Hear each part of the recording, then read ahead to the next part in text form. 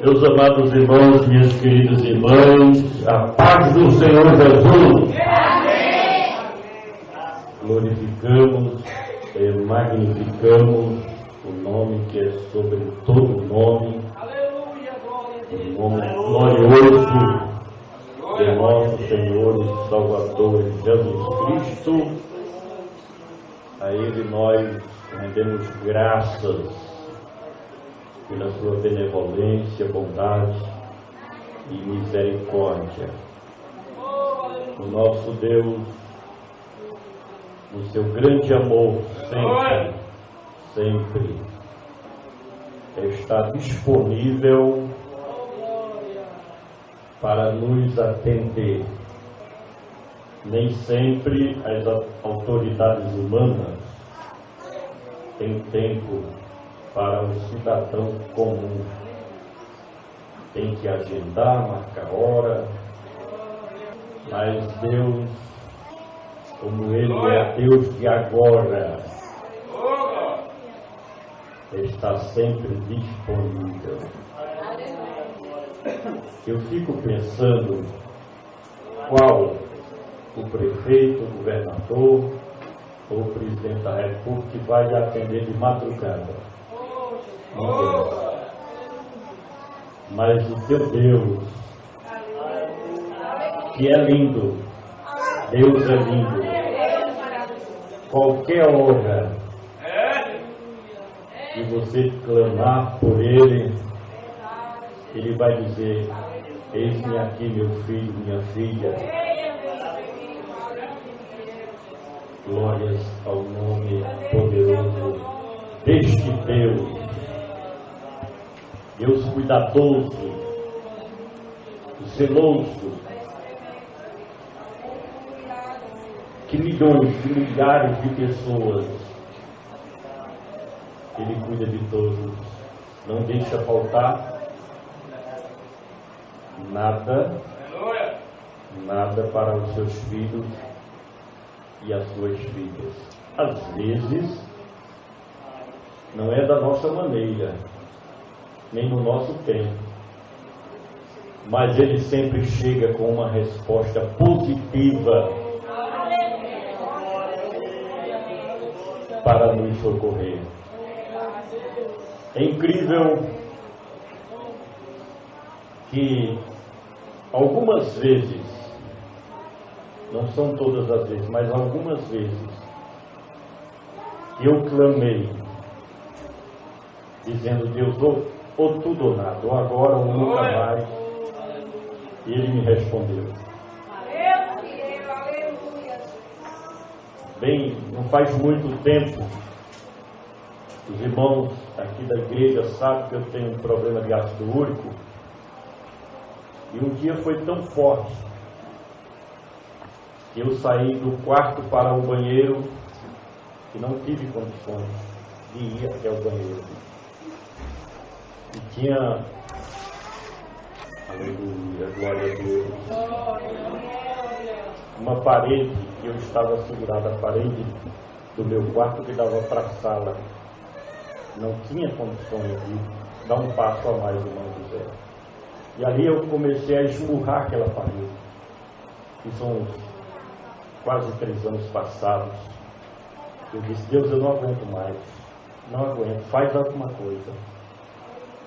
E para a glória do nome de Jesus, mais de 90% daquele problema, Deus resolveu para a glória do seu Senhor.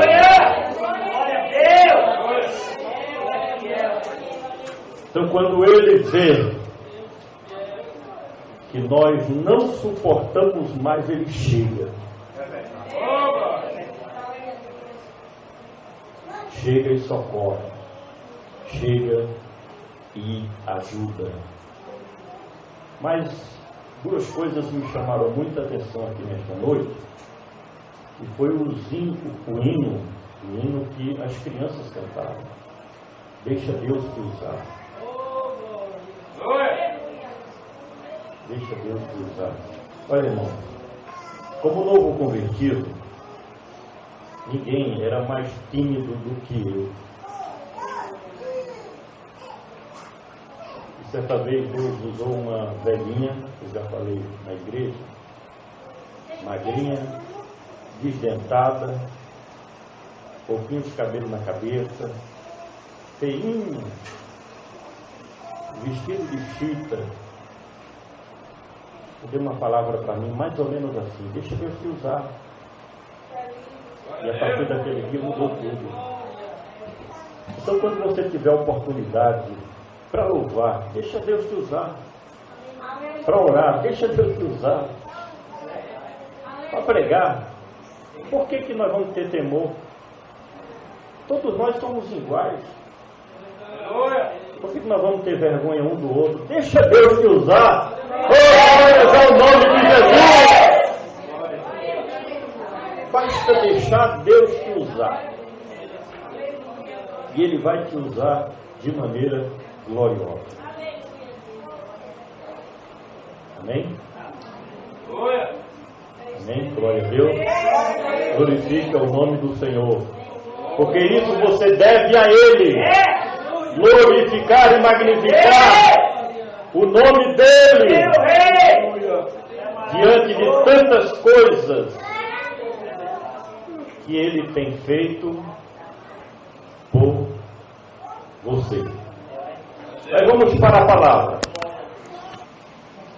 Profeta Isaías, capítulo de número 9. Profeta Isaías, capítulo de número 9. Quero pedir licença à igreja nesta noite para trazer uma mensagem evangelística para os nossos ouvintes que moram nesta cercania. Tenho absoluta certeza que tem mais pessoas ouvindo lá fora do que aqui dentro da igreja. Eu sou apaixonado por evangelismo. Desde novo convertido, a minha vida inteira fui pregando este evangelho libertador do Senhor Jesus. Quero também, antes de ler a passagem bíblica, agradecer ao dirigente esta oportunidade, aos companheiros, Monte Heleno, na terça-feira, Elismar, um grande amigo que Deus me deu, os demais, o ministério que tem, nesses últimos dias, aberto as portas da gente pregar com liberdade a palavra de Deus. Isso é maravilhoso, irmão. Nada melhor do que você se sentir livre para pregar, sem amarrações. Aí o Espírito Santo, irmão Zé, usa mais a gente. Amém? Eu disse Isaías, capítulo 9, versículo 6. Muito conhecido, pouco explicado. Encontrou, diga amém. Amém. Diz assim: porque o menino nos nasceu, o filho se nos deu, e o governo está sobre os seus ombros, e o seu nome será Maravilhoso, Conselheiro, Deus Forte, Pai da Eternidade, Príncipe da Paz. Glorificamos a Deus nesta noite por esse texto esclarecedor da palavra do nosso Deus. Deus, Ele é organizado, irmão. Esta palavra, ela foi profetizada há mais ou menos 2.700 anos atrás. E a veracidade da palavra de Deus é que ela se cumpre. Ela tem o seu fiel cumprimento.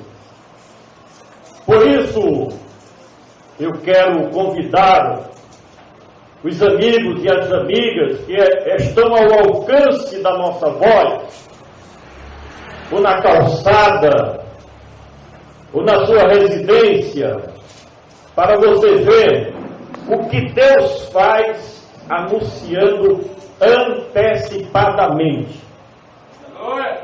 Quem é o homem que tem esta capacidade de falar uma coisa e se cumprir no dia de amanhã?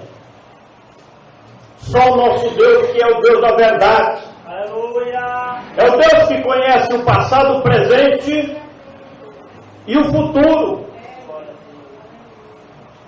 Mas estas duas primeiras frases do texto que nós lemos aqui nesta noite, porque o menino nos nasceu, o filho se nos deu.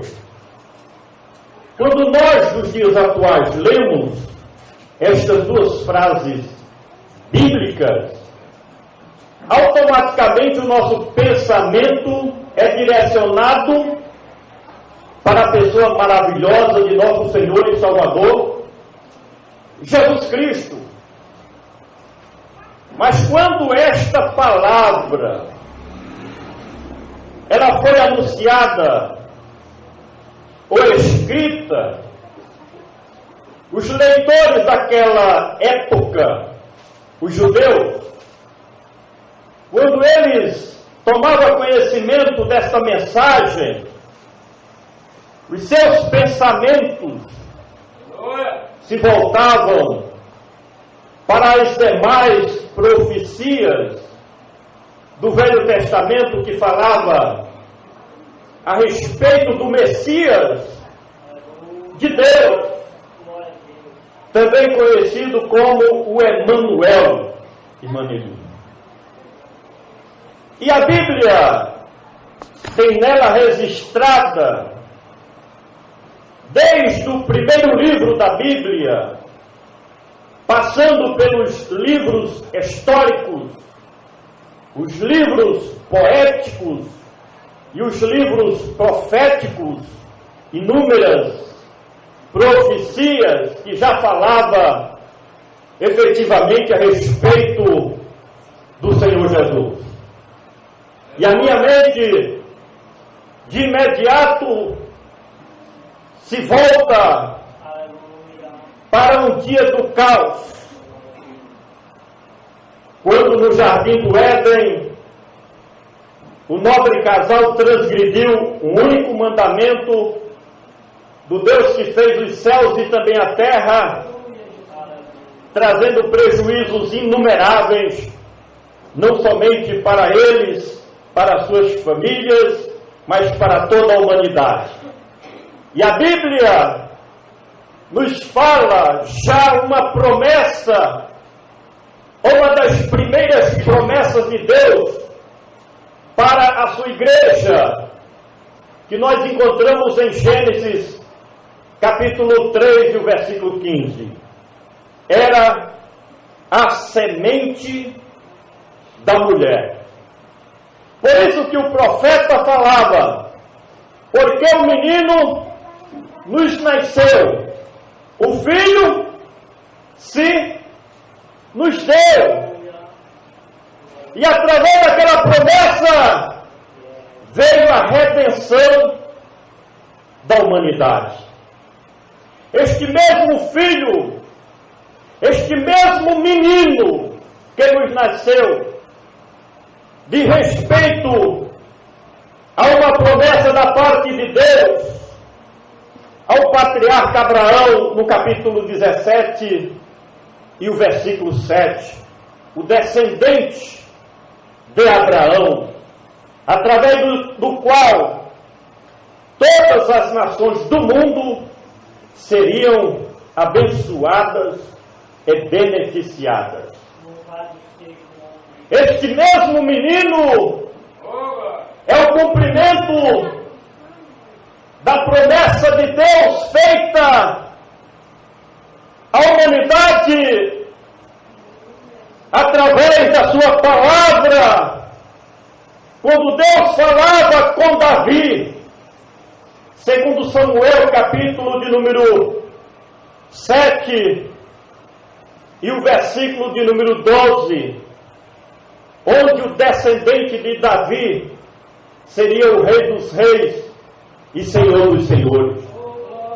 E no versículo de número 14, a palavra de Deus diz que este mesmo filho de Davi também seria filho de Deus. O menino nos nasceu, o filho se nos deu. Este é o cumprimento de uma palavra também da parte de Deus. No profeta Isaías, capítulo de número 7, e o versículo de número 14, onde o próprio Deus prometeu que de uma virgem nasceria quem? O Emanuel de Deus. Esta mesma palavra teve cabal cumprimento já no Novo Testamento, em Mateus capítulo 1, do versículo 18 ao versículo de número 21. Um filho se nos deu, o menino nasceu, e quem era ele? A Bíblia já falava a seu respeito em Deuteronômio capítulo 18, versículo 15 e 18, como sendo um profeta em que Deus falou através de Moisés, que nos fins do tempo levantaria um profeta que anunciaria o plano da salvação, que anunciaria a vontade do Pai Celestial. Quem seria este menino e este filho que nos nasceu? Deus, usando o salmista, no Salmo 110, versículo 4, diz que ele seria o sacerdote eterno segundo a ordem de Melquisedeque. E quando nós, irmão Dal, analisamos o ministério, vida e ministério do Senhor Jesus, ele cumpriu cabalmente todas estas profecias, e como um sacerdote de Deus, ele representava os céus aqui na terra, e como representante de Deus, ele também serviu ao povo, porque o sacerdote tinha esta função de interceder diante de Deus pelo povo. Porque o menino nos nasceu, o filho se nos deu, e o governo está sobre os seus ombros. Por que o profeta falou a esse respeito?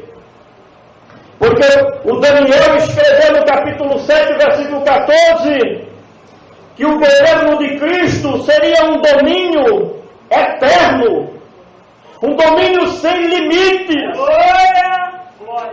E hoje, nós podemos ver isso através da igreja, em todas as nações do mundo, nas repartições governamentais, em todas as empresas, no meio da sociedade, praticamente em todas as famílias, nós vemos alguém que confessa o Senhor Jesus como Rei dos Reis e Senhor dos Senhores.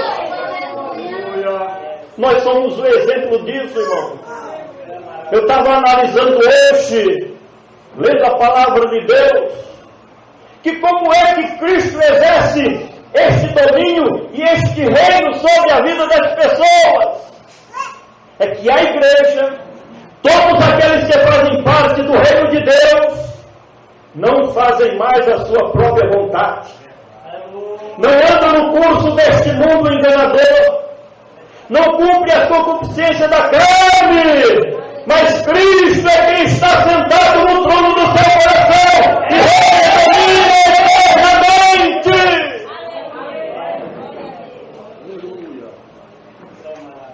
Por isso que já no finalzinho do seu ministério, Mateus 28 e 18, ele diz: todo poder, todo o poder lhe foi dado nos céus e na terra, porque ele reina, porque ele domina. Glória a Deus. E o escritor ao Apocalipse, capítulo 19, versículo 16, diz: Ele é Rei dos Reis e Senhor dos Senhores. Mas eu diria que este governo prático do Senhor Jesus vai ser visto pelos maiorais da terra, pelos dominadores do povo, quando? 1000 anos aqui na terra. Ele vai governar sobre a cidade de Jerusalém, mas de lá todas as nações do mundo serão subjugadas ao seu domínio, ao seu poder, à sua autoridade. O menino nos nasceu, o filho se nos deu, o governo está sobre os seus ombros, e o seu nome. Os judeus, irmãos, eles davam um valor muito grande ao nome de um ser humano. Por isso que há essa frase: e o seu nome será. É tanto que os próprios pais não colocavam o nome nos seus próprios filhos. Quem fazia isso? O sacerdote. Quando a criança judia era apresentada no templo ao seu 8º dia de nascido, que era apresentado no templo, o sacerdote quem dava o nome à criança, porque os judeus acreditavam que no nome daquela criança era uma profecia a ser cumprida durante toda a vida e trajetória de tal criança. E o seu nome será. Ele recebeu o nome do JESUS. Por quê? Porque a sua missão principal é Salvador da humanidade. Paulo, escrevendo em Filipenses capítulo 2, no versículo 9 ao 11, fala deste nome tão poderoso. E Deus o exaltou soberanamente e lhe deu um nome que é sobre todo nome, para que o nome de Jesus se dobre todo o joelho dos que estão no céu e na terra e debaixo da terra, até o demônio, Satanás e o diabo vai ter que se dobrar a este poderoso nome do Senhor Jesus. Nome que é sobre todo nome. E o seu nome será. Aí o profeta começa a descrever. Primeiro, e o seu nome será maravilhoso. Aleluia. Eu fico meditando, querida igreja, nas expressões bíblicas da palavra de Deus, que tem significados multiformes nos dias de hoje. Por que ele seria maravilhoso? Já no começo do seu ministério, Mateus capítulo 4, do versículo 23 ao 25, no começo, repito, do seu ministério, Mateus disse que ninguém fez tantas maravilhas, prodígios, sinais, como ele estava fazendo, repito mais uma vez, no começo do seu ministério.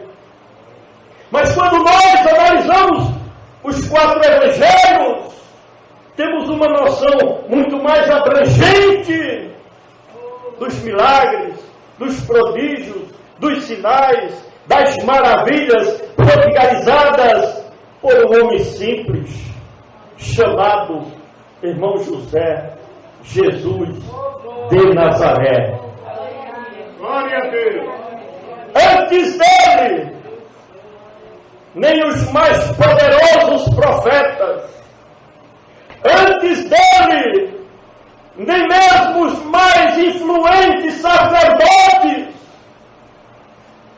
antes dele, nem mesmo as personagens bíblicas mais destacadas fez tanta maravilha. O povo de Jesus, ele realizou em 3 anos e meio apenas de ministério,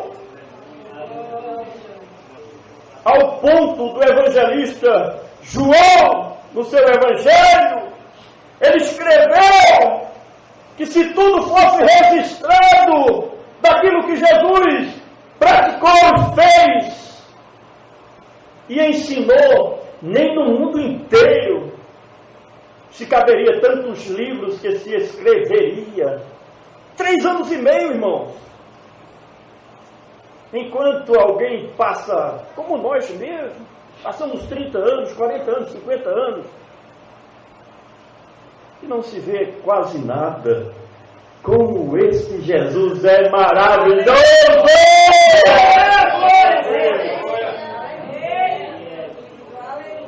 Conselheiro! A Bíblia diz em Mateus 14:5 que ele foi chamado de profeta, em cumprimento àquela palavra de Deuteronômio 18, versículo 15 e 18. Marcos, escrevendo no seu Evangelho, capítulo 9, versículo 5, chamaram Jesus de mestre. Aleluia. Conselheiro, mestre. Porque ninguém ensinava como ele ensinava. Nicodemos, um homem da alta sociedade, capítulo 3 de João, versículo 2, quando se deparou com o médico nazareno, disse: tu és rabi. Alta nomenclatura que alguém pode dar a um professor, a um historiador, a um profeta, a um mestre, é lhe chamar de rabi. É tanto que Jesus disse: olha, ninguém chameis de rabi.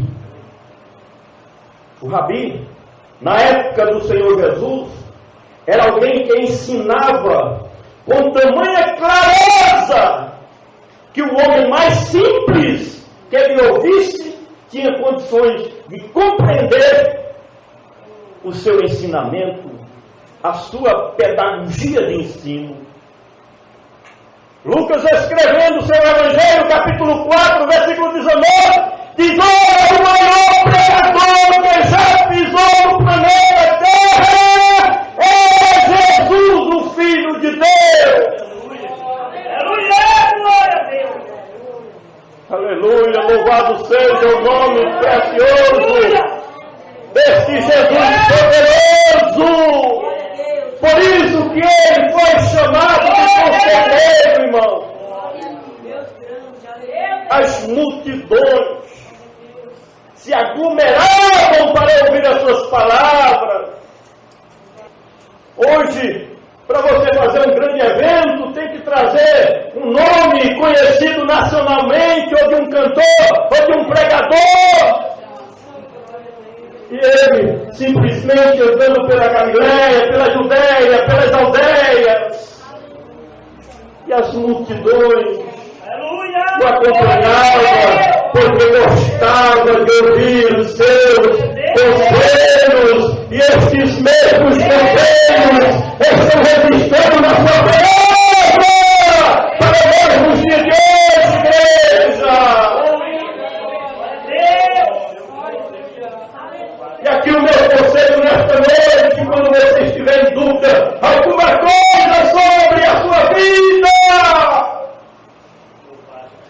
peça um conselho a este conselheiro, amigo de todas as horas, e ele vai te orientar na coisa certa, como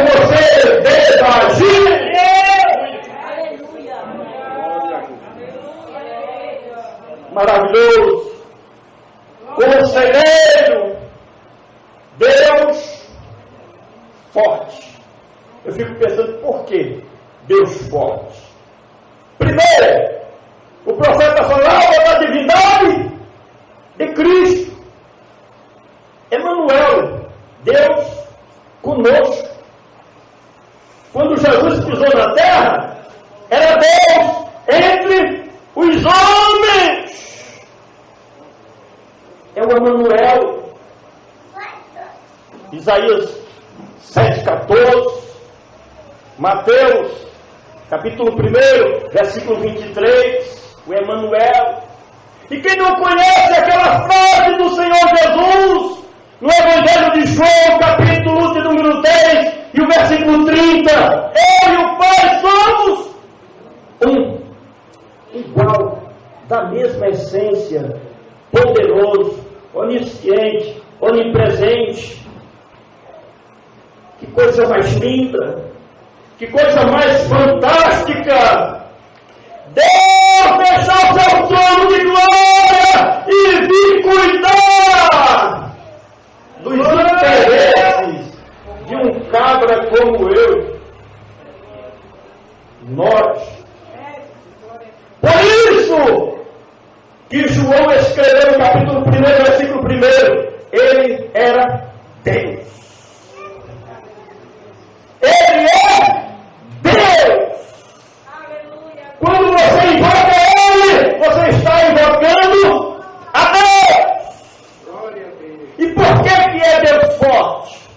Analise a vida do Senhor Jesus, do começo ao fim. Quanto à oposição, hoje eu estava pensando, se levantaram contra ele as maiores autoridades do seu país. Autoridades políticas, reis, governadores, se levantaram contra eles as maiores autoridades religiosas, sacerdotes, escribas e fariseus. E ele venceu a tudo e a todos. Se levantou contra ele o diabo, o próprio Satanás, e sempre os demônios se levantaram contra ele. E ele não perdeu nenhuma batalha, irmã Neta. Ele não perdeu nenhuma batalha. Lendo o capítulo 4 de Mateus, tem os outros evangelhos também, um confronto direto nele com o diabo. Imagine, mas só imagine, se Jesus perdesse aquela batalha, nós teríamos perdido completamente, a igreja simplesmente não existiria. Um confronto direto com todas as forças do mal e das trevas. Mas ele venceu a tudo e a todos, por isso que é forte e poderoso.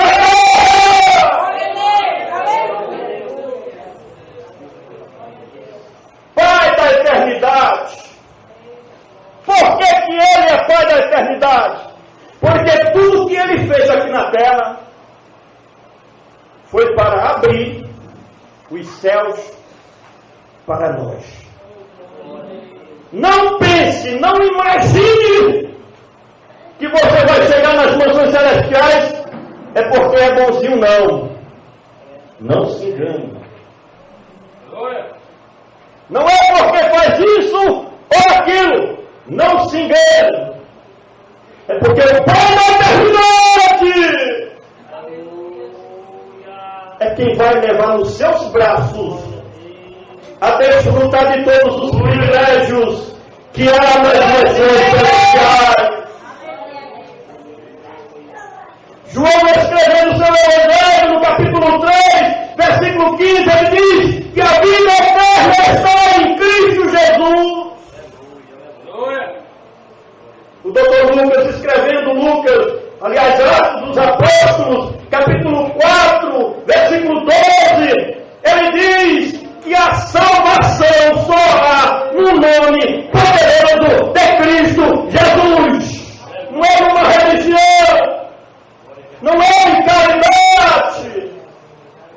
Não, senhor, não, senhora, somente em Cristo Jesus. Por isso que no Evangelho de João, capítulo 14,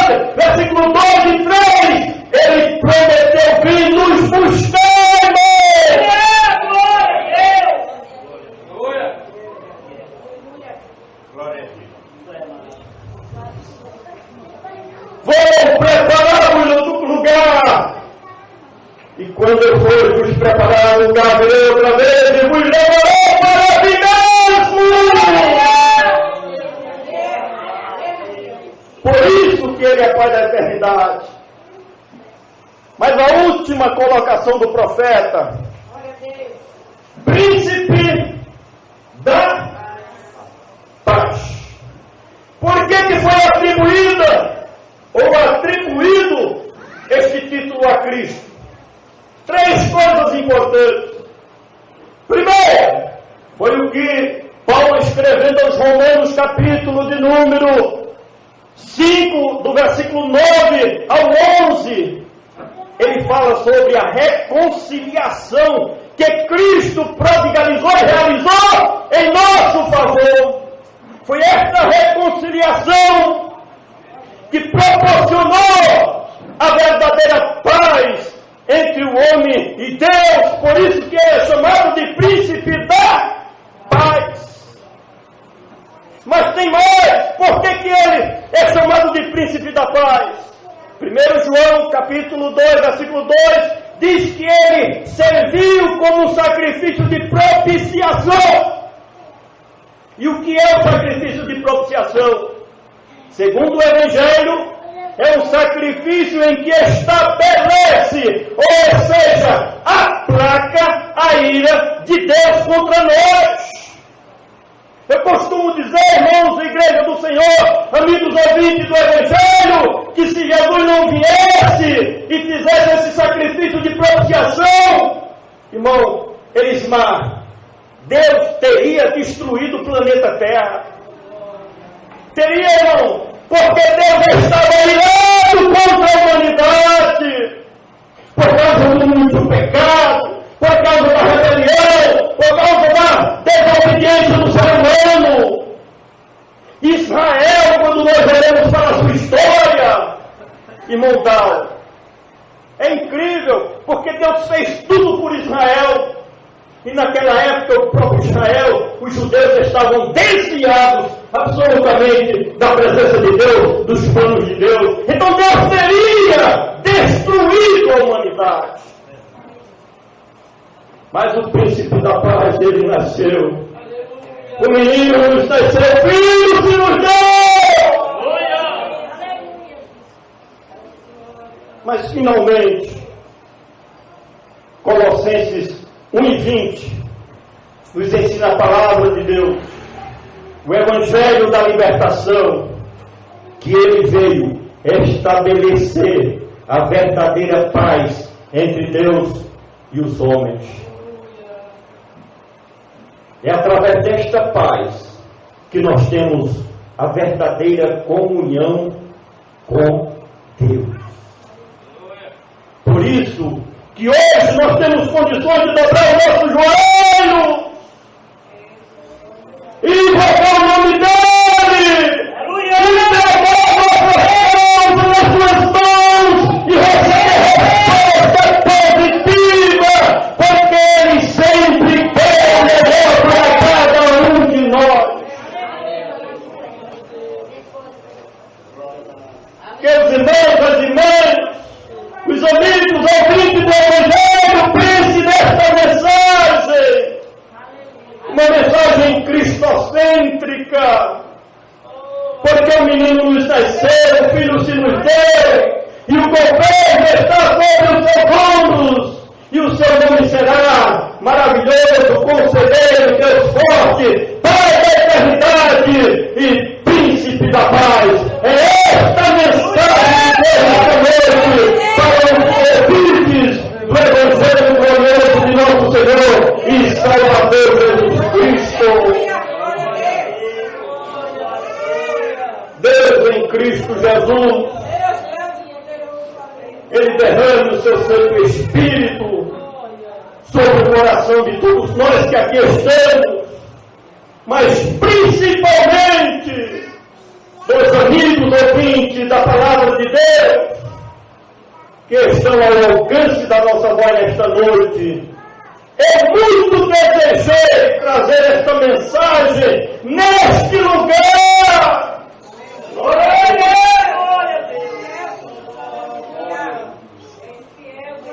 Foi